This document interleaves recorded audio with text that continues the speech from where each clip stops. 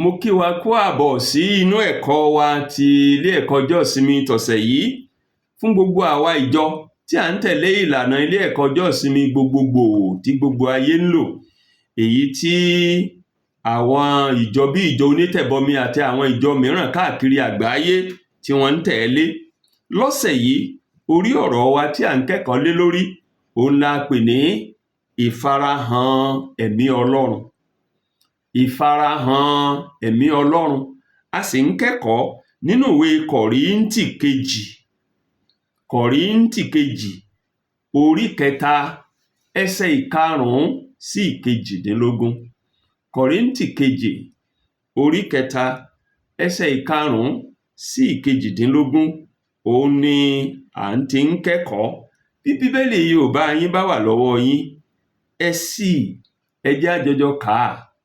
Mò ń kà á. Ó lọ báyìí: kì í ṣe pé àwa tó fún ara wa láti ṣírò ohunkóhun bí ẹni pé láti ọ̀dọ̀ àwa tìkára wa, ṣùgbọ́n láti ọ̀dọ̀ Ọlọ́run ni tító wa, ẹni tí ó mú wa tó bí ìránṣẹ́ májẹ̀mú titun. Kì í ṣe tìwé bí kò ṣe ti ẹ̀mí, nítorí ìwé a máa pani, ṣùgbọ́n ẹ̀mí ń sọ ní di ààyè. Ṣùgbọ́n bí iṣẹ́ ìránṣẹ́ ti ikú tí a ti kọ tí a sì gbẹ́ sí ara òkúta bá jẹ́ ológo, tó bẹ́ẹ̀ tí àwọn ọmọ Ísírẹ́lì kò lè tẹjú mọ́ àti wo ojú Mósè nítorí ògo ojú rẹ̀, ògo ń kọjá lọ ni. Yóò a ti rí tí iṣẹ́ ìránṣẹ́ ti ẹ̀mí kì yóò kúkú jẹ́ ògo jù, nítorí pé bí iṣẹ́ ìránṣẹ́ ìdálẹ́bi bá jẹ́ ológo, mélòó mélòó ni iṣẹ́ ìránṣẹ́ òdodo yóò rí kọjá lógo. Nítorí èyí ni a ti ṣe lógo, kí ó lè ní ògo mọ́. Nítorí èyí tí a tilẹ̀ ṣe lógo kò ní ògo mọ́, nítorí èyí nípasẹ̀ ògo tó tayọ. Nítorí pé bí èyí tí ń kọjá lọ bá ní ògo, mélòó mélòó ni ògo tí ó dúró lé ògo. Ǹjẹ́ nítorí náà, bí a ti ní irú ìrètí bí èyí, àwa ń fi ìgboyà púpọ̀ sọ̀rọ̀, kì í ṣe bí Mósè, ẹni tí ó fi ìbòjú bojú rẹ̀ kí àwọn ọmọ Ísírẹ́lì má bàa lè tẹjúmọ́ wo òpin èyí tí ń kọjá lọ. Ṣùgbọ́n ojú inú wọn fọ́, nítorí pé títí fi di òní olónìí ní kíka májẹ̀mú láéláé, ìbòjú náà wà láìká sókè. Ìbòjú tí a ti mú kúrò nínú Kristi. Ṣùgbọ́n títí di òní olónìí, nígbàkúùgbà tí a bá ń ka Mósè, ìbòjú náà ń bẹ lọ́kàn wọn. Ṣùgbọ́n nígbà tí òun bá yí padà sí Olúwa, a ó mú ìbòjú náà kúrò. Ǹjẹ́ Olúwa ni ẹ̀mí náà? Níbi tí ẹ̀mí Olúwa bá sì wà, níbẹ̀ ni òmìnira gbé wà. Ṣùgbọ́n gbogbo wa ń wo ògo Olúwa láìsí ìbòjú, bí ẹni pé nínú àwòjíìji. Àwa sì ń pawádà sí àwòrán kan náà láti ògo dé ògo, àní bí láti ọ̀dọ̀ Olúwa tí í ṣe ẹ̀mí. Kí Olúwa bùkún ọ̀rọ̀ rẹ̀ fún ìgbàlà ẹ̀mí gbogbo wa. Àmín. Ẹsẹ̀ wúrà wa fún ọ̀sẹ̀ yìí, tàbí ẹsẹ̀ àkọ́sórí wa, ẹsẹ̀ àtẹnumọ́ wa fún ọ̀sẹ̀ yìí, òun lẹ́sẹ̀ 18 yẹn. Kọ̀ríńtì kejì orí 3 ẹsẹ̀ 18 tó gbẹ̀yìn yẹn, ẹ jẹ́ kí n tó kà fún wa. Ó ní ṣùgbọ́n gbogbo wa ń wo ògo láìsí ìbòjú, bí ẹni pé nínú àwòjíìji, a sì ń pawádà sí àwòrán kan náà láti ògo dé ògo, àní bí láti ọ̀dọ̀ Olúwa tí í ṣe ẹ̀mí. Ní ọ̀sẹ̀ tó kọjá, Paul Aposteli ó ń pàkíyèsí ìjọ Kólósè sí ẹ̀kọ́ òdì kan tó fẹ́ máa gbilẹ̀ láàrin wọn, èyí tí í ṣe ẹ̀kọ́ òdì èyí tí ó ń ṣe àmúlùmọ́là onírúurú ẹ̀sìn tí ń ṣe gbogbo ẹ̀ tó ń pàápọ̀ sójú kan náà. Paul Àpọ́stélì lọ́sẹ̀ tó kọjá ó ń bá ìjọ yẹn wí pé ẹ má ṣàmúlùmọ́lá ẹ̀sìn. Àmúlùmọ́lá ẹ̀sìn kò lè gbéyàn délé ológo. Àmúlùmọ́lá ẹ̀sìn kò lè gbanilà. Eléyìí ni Paul Àpọ́stélì tẹnumọ́ fún ìjọ Kólósè lọ́sẹ̀ tí ó kọjá. Àdàlù ẹ̀sìn, àmúlùmọ́lá ẹ̀sìn. Paul Àpọ́stélì ní ẹ̀yin ìjọ Kólósè ẹ yẹra fún, ẹ má gbà láàyè láàrin yín. Ṣùgbọ́n lọ́sẹ̀ yìí Paul Àpọ́stélì ó ń dojú kọ ìjọ Kọ̀ríńtì, ó sì ń bá wọn sọ ọ̀rọ̀ nípa ìpèníjà táwọn náà ń là kọjá. Kí ni ìpèníjà tiwọn? Ìpèníjà tiwọn ni wípé àwọn ọmọlẹ́yìn Kristi tí wọ́n jẹ́ Júù kan dé sáàrin wọn, wọ́n sì ń sọ fún wọn pé ìgbàgbọ́ yín nínú Jésù nìkan ò tó, tẹ́ ẹ̀ bá tí ì fi pípa òfin Mósè mọ́ kún ìgbàgbọ́ yín. Èyí ń fi hàn wá wípé ìjọ kọ̀ọ̀kan ló ní ìpèníjà tiẹ̀. Ìjọ Kélésè wọ́n ní ìpèníjà tiwọn. Kí ni ìpèníjà tiwọn? Àmúlùmọ́lá ẹ̀sìn. Ìjọ Kọ̀ríńtì tá à ń kẹ́kọ̀ọ́ lé lórí náà, àwọn náà ní ìpèníjà tiwọn. Kí ni ìpèníjà tiwọn? Ìpèníjà wípé o gbọ́dọ̀ fi òfin Mósè kún gbàgbọ́ rẹ kó o tó lè di pípé nínú Olúwa. Ṣùgbọ́n bó tilẹ̀ jẹ́ pé Paul Àpọ́stélì òun kọ́ ló dá ìjọ Kólósè sílẹ̀, ìjọ tá à ń kẹ́kọ̀ọ́ lé lórí lónìí Paul lọ́lọ́run lò láti dálẹ̀ ìjọ Kọ̀ríńtì. Àkọsílẹ̀ bọ́rọ̀ ń ṣe lo Paul láti dá ìjọ Kọ̀ríńtì sílẹ̀ a ní nínú ìwé Iṣẹ́ àwọn Àpọ́stélì orí 18 ẹsẹ̀ 1 sí 18. Odidi oṣù 18 ọdún kan àbọ̀ òun ni Paul Àpọ́stélì lò ní Kọ̀ríńtì àtàgbègbè rẹ̀ kó tó di wípé ó fẹsẹ̀ ìjọ Kọ̀ríńtì múlẹ̀. Odidi oṣù 18 ọdún kan àtàbọ̀ ni Paul fi ṣiṣẹ́ ìránṣẹ́ láàrin àwọn ará Kọ̀ríńtì. Ṣùgbọ́n kò pẹ́ kò jìnnà lẹ́yìn tí Paul kúrò ní Kọ̀ríńtì tó tún bá ṣe ìránṣẹ́ tẹ̀síwájú síbòmíì, òun ní ariwo wàhálà ló dé sínú ìjọ náà. Wàhálà yẹn le gan débi wípé Paul ní láti máa rán àwọn akẹgbẹ́ rẹ̀ sí ìjọun kí wọ́n lọ pẹ̀tù sááwọ̀ tó dìde láàrin wọn. Paul pàápàá fúnra ara rẹ̀ ní àkókò kan òun gan tún padà lọ sáàrin wọn láti lọ yanjú aáwọ̀ yìí. Àwọn aáwọ̀ nínú ìjọ Kọ̀ríńtì òun ló mú kí Paul gbé gègé láwọn àkókò tí ń rán àwọn oníṣẹ́ rẹ̀ ọmọlẹ́yìn rẹ̀ lọ pé wọ́n lọ parí aáwọ̀ tó mú gègé tó fi ń kọ lẹ́tà tá a mọ̀ lónìí sí Kọ̀ríńtì kínní àti Kọ̀ríńtì kejì. Ṣé ẹ wá rí nínú ẹ̀kọ́ ilé ẹ̀kọ́ ọjọ́ ìsinmi wa tọ̀sẹ̀ yìí, ẹsẹ̀ bíbélì orí bíbélì tá à ń kẹ́kọ̀ọ́ lé lórí nǹkan Kọ̀ríńtì kejì orí 3. Nínú orí 3 tá a ti ń kẹ́kọ̀ọ́ gangan ibẹ̀ ni Paul Àpọ́stélì ló ti dojú kọ àwọn ẹlẹ́kọ̀ọ́ òdì tí wọ́n wà níjọ Kọ̀ríńtì tí wọ́n ń sọ wípé dandan láwọn ìjọ Kọ̀ríńtì gbọ́dọ̀ fi pípa òfin Mósè mọ́ kún ìgbàgbọ́ wọn kí wọ́n tó di pípé. Ibẹ̀ ni Paul Àpọ́stélì ti nínú ibi tá a ti ń kẹ́kọ̀ọ́ lọ́sẹ̀ yìí ni Paul Àpọ́stélì ti bẹ̀rẹ̀ sí àwọn ará Kọ̀ríńtì lójú sí àṣìṣe àti kùdìẹ̀kudiẹ, àwọn kùdìẹ̀kudiẹ tó wà ní òfin Mósè tí ò fi yẹ kí wọ́n ó fi kún gbàgbọ́ wọn kí wọ́n tó di pípé. Ẹ má sì gbàgbé wípé ìpàdé ìjọ àkọ́kọ́ tí gbogbo ayé ṣe lórí tí ẹ̀kọ́ wa ọ̀sẹ̀ yìí dálé lórí ìpàdé yẹn wálé lórí. Àkọsílẹ̀ ìpàdé ìjọ gbogbogbò tó wáyé, àkọsílẹ̀ yẹn wà nínú ìwé Iṣẹ́ àwọn Àpọ́stélì orí 15. Ohun tí ìpàdé yẹn dálé lórí ńgbà náà ni wípé àwọn ọmọlẹ́yìn Kristi kan tí wọ́n jẹ́ Júù wọ́n ń tẹnumọ́ wípé dandan lá àwọn ẹ̀yà míì tí kìí ṣẹ̀yà Júù tí wọ́n ń gbàgbọ́ ní ìsìn tá a mọ̀ sí tá à ń pè ní kèfèrí, àwọn ẹ̀yà ń pé wọ́n gbọ́dọ̀ máa pòfin Mósè mọ́ kó tó di wípé wọ́n lè jẹ́ pípé.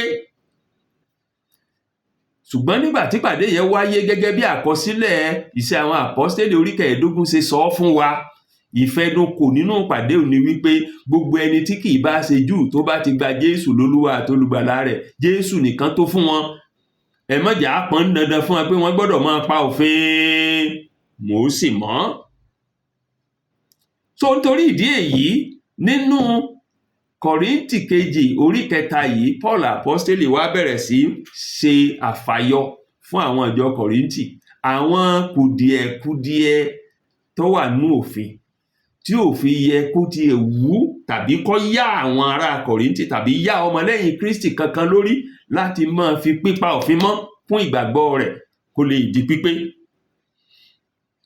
Níhìn ni Paul apostoli wá ti bẹ̀rẹ̀ sí fa àwọn nǹkan wọ̀nyí yọ ní sísẹ̀ntẹ̀lé nínú ẹ̀kọ́ wa.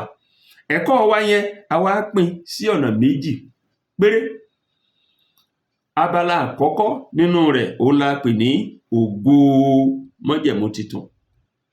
Nínú abala àkọ́kọ́ yìí ni Paul apostoli ti ń gbé ògo sí àkàwé ògo májẹ̀mú titun àti ògo májẹ̀mú láéláé, ògo májẹ̀mú àtijọ́ àti ògo májẹ̀mú ìsinsìnyí. Ògo ìgbàlà nípa oore ọ̀fẹ́ nínú Jésù Kristi àti ògo pípa òfin Mósè mọ́. Abala àkọ́kọ́ ẹ̀kọ́ yìí ó sì ní í ṣe pẹ̀lú ẹsẹ̀ 5 sí 11 ìwé Kọ́ríńtì kejì tá a ti ń kẹ́kọ̀ọ́ ọ̀hún. Ẹsẹ̀ 5 sí 11 ìwé Kọ́ríńtì tá a ti ń kẹ́kọ̀ọ́ ọ̀hún ó ní abala àkọ́kọ́ ẹ̀kọ́ wa fún ọ̀sẹ̀ yìí. Ṣé Bíbélì yín wà lọ́wọ́ yín? Ẹ jẹ́ a jọ tún kà lẹ́ẹ̀kan sí. Paul ní kì í ṣe pé àwa tó fún ara wa láti ṣírò ohunkóhun bí ẹni pé láti ọ̀dọ̀ àwa tìkára wa, ṣùgbọ́n láti ọ̀dọ̀ Ọlọ́run ni tító wa, ẹni tí ó mú wa tó bí ìránṣẹ́ májẹ̀mú titun, kì í ṣe tìwé bí kò ṣe tẹ̀mí, nítorí ìwé a máa pani ṣùgbọ́n ẹ̀mí a máa sọni di ààyè.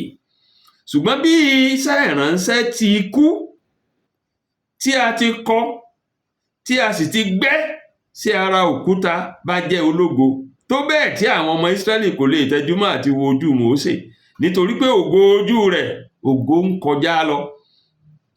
Yóò wá ti rí ti iṣẹ́ ìránṣẹ́ ti ẹ̀mí kì yóò kúkú jẹ́ ògo jù, nítorí pé bí iṣẹ́ ìránṣẹ́ ìdálẹ́bi bá jẹ́ ológo, mélòó ni iṣẹ́ ìránṣẹ́ òdodo yóò ré kọjá ní ògo.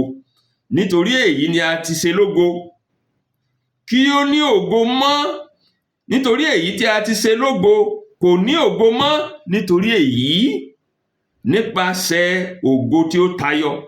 Nítorí pé bí èyí tí ń kọjá lọ bá ní ògo, mélòó ni èyí tí ó dúró ní ògo. Nínú orí 3 ìwé Kọ́ríńtì kejì yìí, Paul apostoli bẹ̀rẹ̀ látẹsẹ̀ 1 láti fi yé àwọn ìjọ Kọ́ríńtì wípé òun ò nílò láti gba ìwé ìfinihàn látọ̀dọ̀ ẹnikẹ́ni kóhun tó bá wọn sọ̀rọ̀. Èyí tí ń tọ́ka sí, tí ń pòwe mọ́ àwọn tí wọ́n wá ń kọ́ wọn lẹ́kọ̀ọ́ òdì. Tọ́rọ àwọn tí wọ́n wá ń kọ́ wọn lẹ́kọ̀ọ́ òdì yẹn, àwọn Júù tí ń kọ́ wọn lẹ́kọ̀ọ́ òdì yẹn, wọ́n gbàwé láti Jerúsálẹ́mù ni wọ́n fi wá sí Kọ́ríńtì, tí wọ́n wá fi ń kọ́ wọn lẹ́kọ̀ọ́ òdì pé dandan láì gbọ́dọ̀ fi pípa òfin Mósè mọ́ kún gbàgbọ́ yín kí gbàgbọ́ yín tó pé. Paul apostoli ní tiwa àwa ò nílò láti ṣẹ̀ṣẹ̀ gba ìwé ìfinihàn fún yín ká tó bá yín sọ̀rọ̀. Èéṣe tá a fi gbọ́dọ̀ gbàwé ìfinihàn? Torí pé gbogbo tẹ́ ẹ jẹ́ lónìí pẹ̀lú oore ọ̀fẹ́ Ọlọ́run àtàwa yìí ni. Èyí kò túmọ̀ sí wípé Paul apostoli ń gbéraga. Kò gbéraga, ṣùgbọ́n ń fìdí òtítọ́ múlẹ̀ ni. Tá bá sì wá wo bí tí ẹsẹ̀ tí ẹ̀kọ́ wa gangan ti bẹ̀rẹ̀, ẹsẹ̀ 5 sí 6, ẹ rí wípé ògo àṣeyọrí iṣẹ́ ìránṣẹ́ Paul ní Kọ́ríńtì kò fi fúnra ara rẹ̀, Ọlọ́run ló fi fún. Ìdí nìyẹn tí ẹsẹ̀ 5 àti 6 fi wípé kì í ṣe pé àwa tó fún ara wa láti ṣírò ohunkóhun bí ẹni pé láti ọwọ́ àwa tìkára wa ni, rárá o. Ṣùgbọ́n láti ọ̀dọ̀ Ọlọ́run ni tító wa. ohun yòówù tá a jẹ́ lónìí, oore ọ̀fẹ́ yòówù tá a ní lónìí láti wàásù ìrere fún yín tẹ́ ẹ sì gbà á, kì í ṣe pé tító wa ni. Ọlọ́run ló mú wa tó, ẹni tí ó mú wa, ẹsẹ̀ ìkẹfà, ẹni tí ó mú wa tó bí ìránṣẹ́ májẹ̀mú titun, kì í ṣe tìwé bí kò ṣe tẹ̀mí, nítorí ìwé a máa pani ṣùgbọ́n ẹ̀mí a máa sọ ní dààyè. Torí náà ní abala àkọ́kọ́ yìí, Paul apọ́sítélì ń fìdí rẹ̀ múlẹ̀ wípé ẹ̀yin ará Kọ́ríńtì o, ẹ̀yin ìjọ Kọ́ríńtì, àwa ò nílò ìwé ìdánimọ̀ kẹ́ ẹ tó mọ̀ wá, a mọ̀ yín, ẹ̀yin náà ṣe kí ni o, ẹ sì mọ̀ wá. Ohun gbogbo tí ẹ jẹ́ nínú Kristi lónìí, oore ọ̀fẹ́ Ọlọ́run, oore ọ̀fẹ́ wa ni, ṣùgbọ́n gbogbo ògo ohun tọlọ́run ni.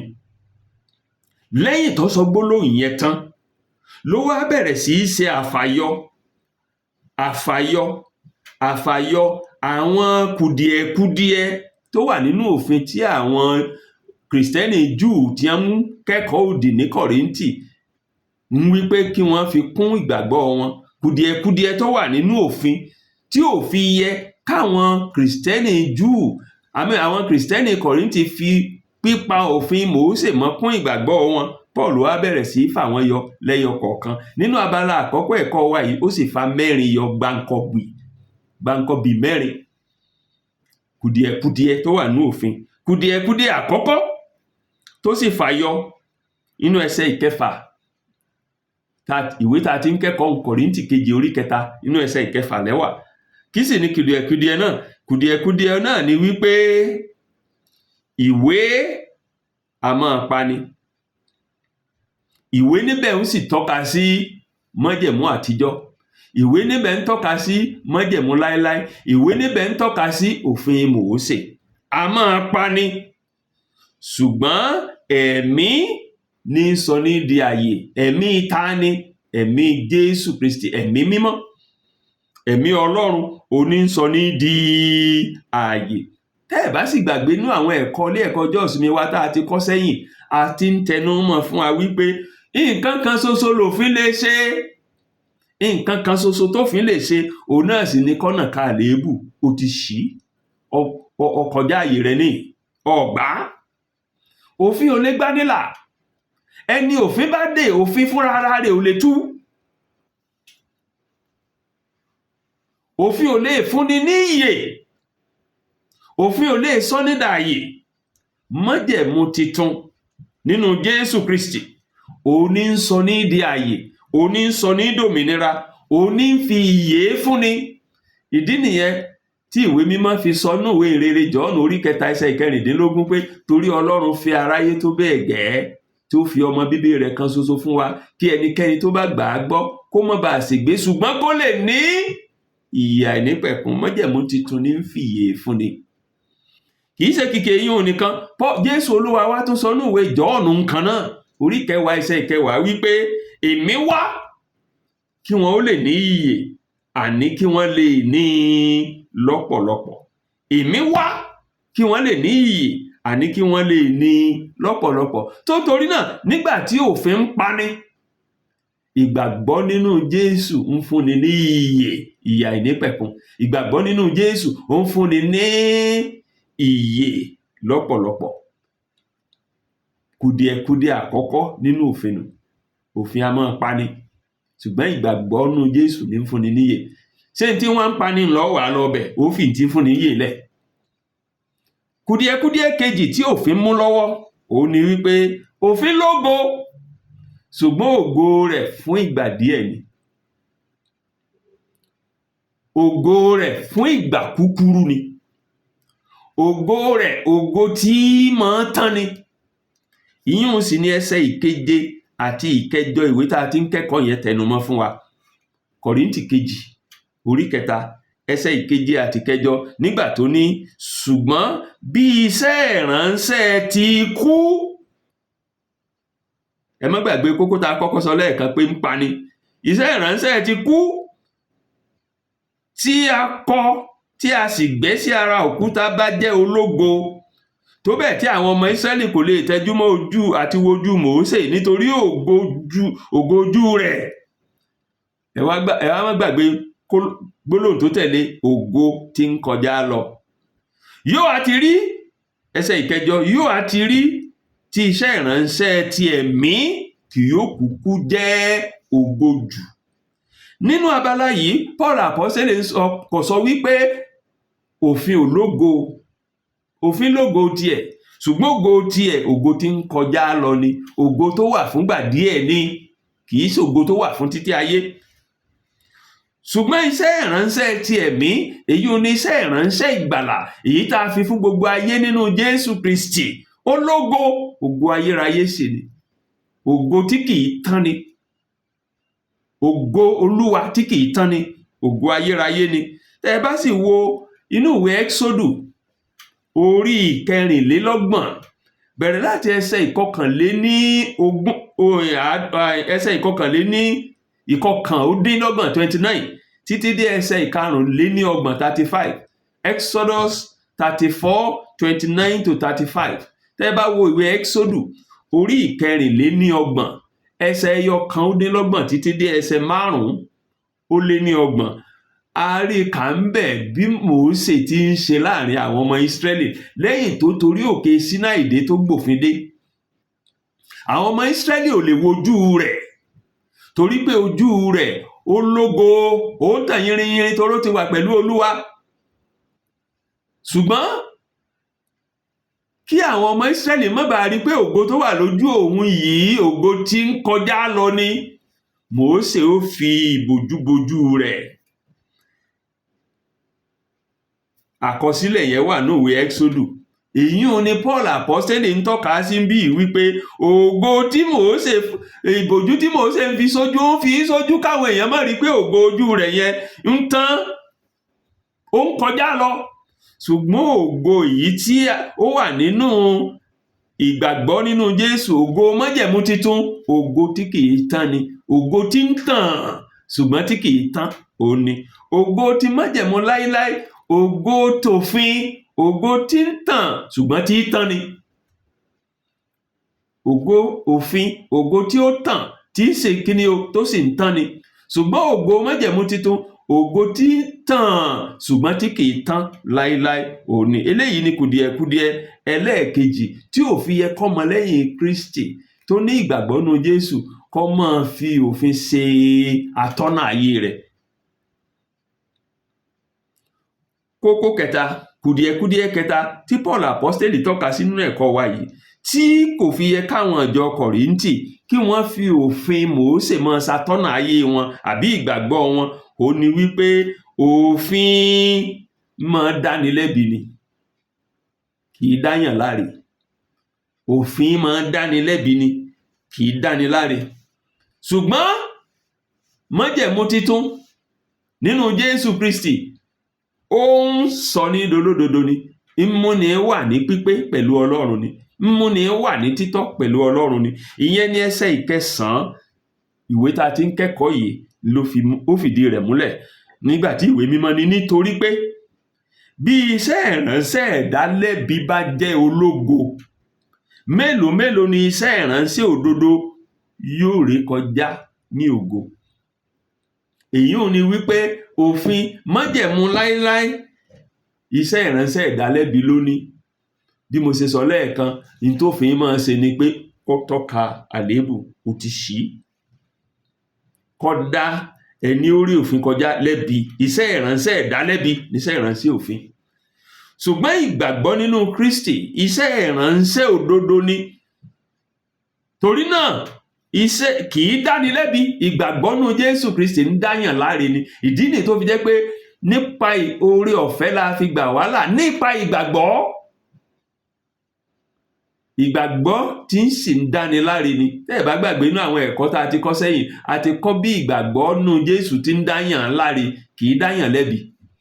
Ṣùgbọ́n òfin, gbígbé ara lé òfin láti gbé ìgbé ayé ẹni, òfin máa ń dáni lẹ́bi ni. Ṣé ìwọ tá a wá ti dá láre, ṣé ìdálẹ́bi ló tún kù tó yẹ kó máa wá? Tí Paul àpọ́sítélì ń sọ fún ìjọ Kọ́ríńtì nù pé ẹ má fòfin ṣatọ́nà ayé yín o, torí òfin máa ń dáni lẹ́bi ni. Ìgbàgbọ́ ní Jésù Kristi ní sì ń dáni ní àre. Kùdìẹ̀kudiẹ lẹ́ẹ̀kẹrin tí Paul àpọ́sítélì tọ́ka sínú ẹ̀kọ́ wa yìí, tí ò fi yẹ káwọn ìjọ Kọ́ríńtì àti gbogbo ọmọlẹ́yìn Kristi lónìí ká máa fi òfin ṣàtọ́nà ayé wa, òfin Mósè. Ó ní wípé ògo májẹ̀mú titun, ògo ìgbàgbọ́ nínú Jésù Kristi, ògo ayérayé ni, ògo tó wà títí láé ni, ògo tí pẹ́ títí láé ni. Kò dàbí ògo ti májẹ̀mú láéláé, ògo ti òfin Mósè tó jẹ́ wípé ó tàn ó sì tán, ó tàn ó sì tán. Tẹ́ bá wo ẹsẹ̀ 10 àti 11 ìwé tí a ti ń kẹ́kọ̀ọ́ yẹn, Kọ́ríńtì kejì orí 3, Bíbélì ní nítorí èyí tí ó tilẹ̀ ṣe lógo, torí èyí tí a tilẹ̀ ṣe lógo kò ní ògo mọ́. Nítorí èyí ṣe nípasẹ̀ ògo tí ó tayọ, torógo míì ti dé tó tayọ. Nítorí pé bí èyí tí ń kọjá lọ bá ní ògo, mélòó mélòó ni èyí tí ó dúró nínú ògo. Nínú ẹsẹ̀ 10 àti 11 yìí, Paul apọ́sítélì ń fìdí rẹ̀ múlẹ̀ wípé ògo ti májẹ̀mú titun, ògo tó tayọ ni. Ògo gbàgbọ́ nínú Jésù Kristi, ògo tó dúró ni. Kò dàbí ògo májẹ̀mú láéláé, èyí tó jẹ́ wípé kò lógo mọ́. Kò dàbí ògo májẹ̀mú láéláé, èyí tó jẹ́ wípé ó ń kọjá lọ. Bẹ́ẹ̀ sì lórí nígbà tí Paul apọ́sítélì wà láyé tí ń kọ̀wé yìí, ògo májẹ̀mú láéláé sì ń tàn díẹ̀díẹ̀ ńgbà náà, ṣùgbọ́n ń kọjá lọ. Ṣùgbọ́n nínú ayé lónìí, ògo yẹn ti ré kọjá pátápátá.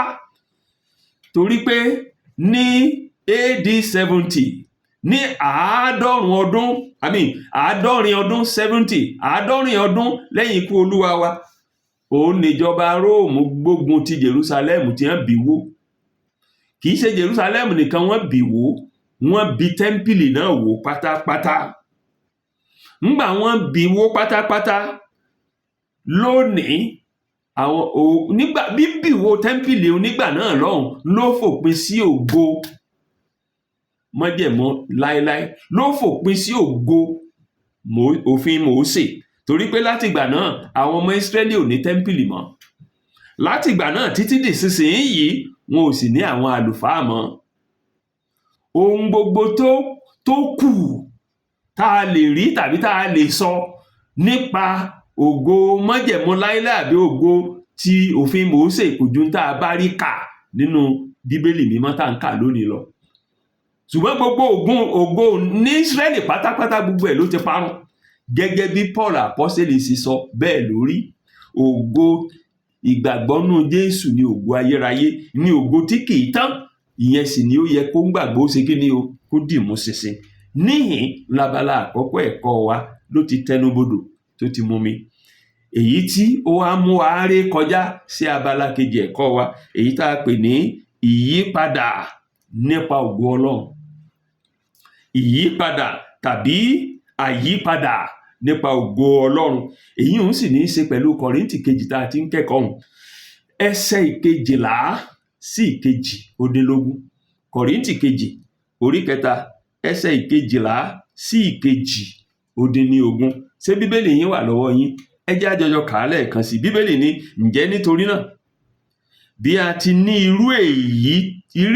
irú ìrètí bí èyí, àwa ń fi ìgbàgbọ́ púpọ̀ sọ̀rọ̀.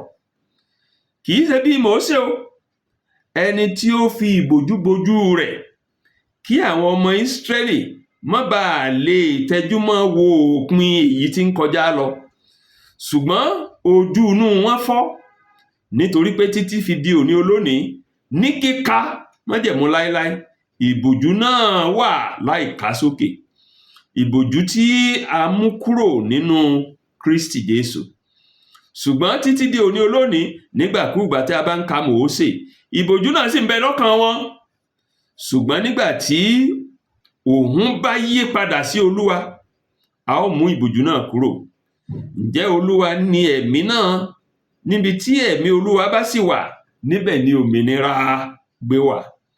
Ṣùgbọ́n gbogbo wa ń wo ògo Olúwa láìsí ìbòjú, bí ẹni pé nínú àwòjíji, a sì ń yí wa padà sí àwòrán kan náà láti ògo dé ògo, àní bíi láti ọ̀dọ̀ Olúwa tí í ṣe ẹ̀mí. Kí Olúwa bùkún ọ̀rọ̀ rẹ̀ fún ìgbàlà ẹ̀mí wa. Ní abala tó gbẹ̀yìn ẹ̀kọ́ wa yìí, òun ni Paul Àpọ́stélì ló ti fàyọ kùdìẹ̀kudiẹ karùn-ún tí sì í ṣe èyí tó gbẹ̀yìn nínú òfin Mósè, nínú pípa òfin mọ́ tàbí fífi òfin ṣe atọ́nà ìgbé ayé ìgbàgbọ́ ẹni. Èyí tí ó sì tọ́ka sí òun náà ni wípé ìbòjú tó bojú Mósè tí Mósè fi ń bojú rẹ̀ nígbà ni ó dí àwọn ọmọ Ísírẹ́lì ní ojú, kò jẹ́ wọn ó rí wípé òfin tí Mósè gbé wá fáwọn fúngbà díẹ̀ ni. Eléyìí ni kùdìẹ̀kudiẹ karùn-ún, èyí tí sì ṣe àkọ́kọ́ nínú abala ìkejì ẹ̀kọ́ wa yìí, èyí tí Mósè ń tọ́ka sí nípa òfin Mósè, èyí tí Paul Àpọ́stélì ń tọ́ka sí nípa òfin Mósè, pé òfin Mósè ó ní kùdìẹ̀kudiẹ yìí. Kí ni kùdìẹ̀kudiẹ náà? Ni pé ìbòjú tí Mósè fi ń bojú rẹ̀ òun ló dí àwọn ọmọ Ísírẹ́lì lọ́wọ́ tí ò jẹ́ wọn ó rí wípé òfin t'Ọlọ́run gbélé òun lọ́wọ́ tó fún fáwọn ọmọ Ísírẹ́lì nípa Mósè fúngbà díẹ̀ ni, kì í ṣe títí ayé.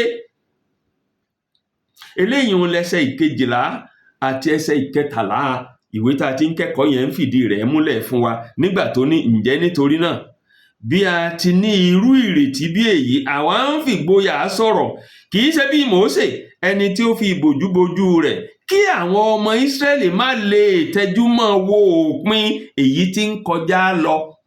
Èwo ní ń kọjá lọ? Òfin ni. Òfin tí Ọlọ́run fún Mósè kò í ṣe pé òfin tí wọ́n máa lò títí ayé àìnípẹ̀kun rárá, fún ìgbà díẹ̀ ni. Ṣùgbọ́n ìbòjú tí Mósè fi bojú kò jẹ́ wọn ó rí pé òfin t'Olúwa fi fáwọn kì í ṣe títí ayé, wọn ò jẹ́ wọn ó rí pé fún ìgbà díẹ̀ ni. Ìdí nìyí tí Paul Àpọ́stélì tó fi sọ wípé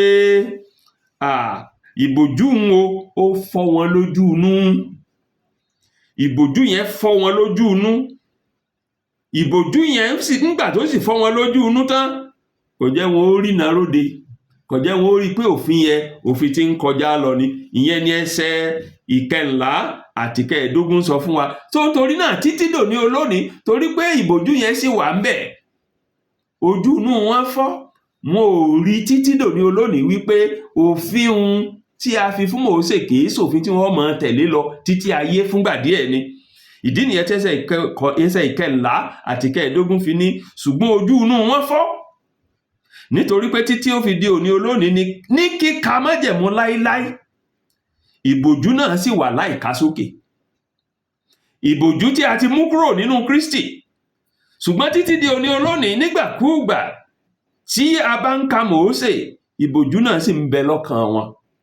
Èyí ò ní wípé nínú Jésù Kristi nìkan láti lè mú bòjú kúrò. Ṣùgbọ́n torí pójú inú wọn ti fọ́, wọn sì tí ìgbà Jésù lólúwa àti olùgbàlà wọn, ìbòjú yẹn sì tún wà lójú wọn síbẹ̀. Gbogbo ìgbà tí wọ́n bá sì tún ka májẹ̀mú láíláí, ìbòjú yẹn sì tún bò wọ́n lójú torí pé wọn àti ìgbà Jésù sí inú ayé wọn. Torí pé Jésù Kristi nìkan òun ló lè ṣí ìbòjú kúrò. Tẹ́ ẹ bá sì gbàgbé, nígbà tá a kan Jésù mágbélébù, Bíbélì wípé aṣọ òkèlè tẹ́ḿpìlì ó sì fàya sí méjì, tó tú àwọn ọmọ Ísírẹ́lì sílẹ̀ láti wá iwájú Olúwa láì ní ìdíwọ́, láì lo alàgàtà tàbí agbọ̀ràndùn tàbí alárinà. So nítorí náà ní ẹsẹ̀ ìkẹrìnlá, gbólóhùn tó parí ẹsẹ̀ ìkẹrìnlá ló fi fìdí rẹ̀ múlẹ̀ fún wa pé ìbòjú tá a ti mú kúrò nínú Kristi nìkan ni a ti lè mú bòjú yẹn kúrò. Ẹsẹ̀ ìkẹrìndínlógún náà wá tún fọba lé, ó ní ṣùgbọ́n nígbà tí òun bá yí padà sí Olúwa, a ó mú ìbòjú náà kúrò. Ìyún ni pé nígbàkúùgbà tí ẹnikẹ́ni bá yí padà sí Jésù Kristi tó gbà á lólúwa àti olùgbàlà rẹ̀, ìbòjú tí ó ń dí ẹnikẹ́ni tí ń ka májẹ̀mú láéláé lójú á sì kúrò lójú wọn. Ẹsẹ̀ ìkẹtàdínlógún wá fìdí rẹ̀ múlẹ̀ wípé ẹnikẹ́ni ò wá lè wá sọ́dọ̀ Jésù Kristi bí kò ṣe pé ẹ̀mí Ọlọ́run bá fà á.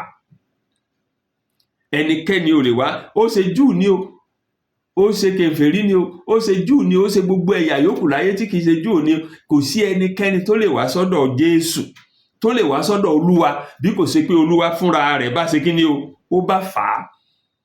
Ìdí nìyẹn tí ẹsẹ̀ 17 fi ní, ǹjẹ́ Olúwa nìmí náà? Níbi tí ẹ̀mí Olúwa bá sì ń bẹ, níbẹ̀ ni òmìnira gbé wà. Ibi tí ẹ̀mí Olúwa ò bá sí, kí ni bẹ̀ ń bẹ̀? Ìdè ni. Ìdínú tó fi jẹ́ wípé gbogbo ẹni tí ò bá tí ní ẹ̀mí Ọlọ́run nínú ayé rẹ̀, nínú fífi ayé rẹ̀ fún Olúwa, yóò sì tún máa gbé ìgbé ayé rẹ̀ nínú ìdè òfin. Ṣùgbọ́n tí ẹ̀mí Ọlọ́run bá ti gbé inú ayé ẹni, téèyàn fa ayé ẹni fún Jésù ní Olúwa àti olùgbàlà rẹ̀, a ó tú sílẹ̀ nínú ìdè òfin, ó sì di òmìnira. Nítorí pé ẹ̀mí Jésù, ẹ̀mí mímọ́, òun nìkan ní máa mú àyípadà bá ayé èèyàn, tí sì máa ń mú ní jọ lájọtán. Èyí ò ní gbólóhùn tó parí ẹsẹ̀ tó gbẹ̀yìn nínú ẹ̀kọ́ wa yìí. Nígbà tí èèyàn bá fayé rẹ̀ fún Jésù ní Olúwa àti olùgbàlà rẹ̀, agbára ẹ̀mí mímọ́ Ọlọ́run tá a fi ṣèdìdì ìgbàgbọ́ wa yóò wọnú ẹni lọ, yóò sì bẹ̀rẹ̀ sí máa tún ayé èèyàn ṣe láti inú wá, èyí tí ó máa mú ayé èèyàn yí padà díẹ̀ tí ènìyàn ó fi jọ Jésù lájọtán nínú èrò, nínú ọ̀rọ̀, nínú ìwà, nínú ìṣe. Eléyìí ní ẹsẹ̀ 18 fẹ́ ọba lé nígbà tó wí pé, ṣùgbọ́n gbogbo àwa tí ń wo ògo Olúwa láìsí ìbòjú nítorí ìgbàgbọ́ wa nínú Jésù, bí ẹni pé nínú àwòjíji à ń yí wa padà sí àwòrán kan náà láti ògo dé ògo, à ń yí wa padà láti dàbí Kristi, àní bí láti ọ̀dọ̀ Olúwa tí ṣe ẹ̀mí. So bí ẹnikẹ́ni bá ń fẹ́ àyípadà kankan nú ayé rẹ̀, kó gba Jésù lólúwa àti olùgbàlà rẹ̀, yóò gba agbára ẹ̀mí mímọ́ tí ó ṣiṣẹ́ nínú rẹ̀ láti yí ayé rẹ̀ padà, tí àwọn èèyàn wà máa wò pé ǹjẹ́ bá lágbájá náà kọ́ ìní, ǹjẹ́ bọ̀dá lágbájá náà kọ́ ìní, ǹjẹ́ àǹtí lágbájá náà kọ́ ìní. N tó mú ìyípadà yẹn wá kì í ṣe pípa òfin mọ́, bí kò sí ẹ̀mí Ọlọ́run tí ń gbé inú ẹni, tí ń yí ayé ẹni padà kó lè dàbí ti Kristi nínú èrò, nínú ọ̀rọ̀ àti nínú ìṣe gbogbo. Níbi tí abala ẹ̀kọ́ wa fún ọ̀sẹ̀ yìí tó ti tẹnubodò, tó ti parí, tó ti mú mi òní yìí. Ṣùgbọ́n ká tó máa lọlé, mo fẹ́ ṣe àtẹnumọ́ ẹ̀kọ́ 5 tí a gbọ́dọ̀ dìmú ṣinṣin nínú ẹ̀kọ́ tọ̀sẹ̀ yìí. Àkọ́kọ́ tí màá sì tẹnumọ́ náà ni wípé ìgbàgbọ́ nínú Jésù tó fún ìgbàlà rẹ̀. Ìgbàgbọ́ nínú Jésù tó fún ìgbàlà rẹ̀. O ò nílò láti fi ohunkóhun kún. O ò nílò láti fi pípa òfin Mósè mọ́ kún. A ti rí ọ̀pọ̀lọpọ̀ àwọn ìjọ Ọlọ́run lónìí gan tó jẹ́ pé oríṣiríṣi òfin ni, o gbọ́dọ̀ ṣe yìí, o gbọ́dọ̀ ṣe yìí, o gbọ́dọ̀ ṣe yìí. Ìgbé ayé ọmọlẹ́yìn Kristi kìí ṣe tá a máa fi ṣe o gbọ́dọ̀ ṣe gbé. Ìgbé ayé ọmọlẹ́yìn Kristi, ìgbé ayé tá à ń gbé nípa ìdarí ẹ̀mí mímọ́ Ọlọ́run ni.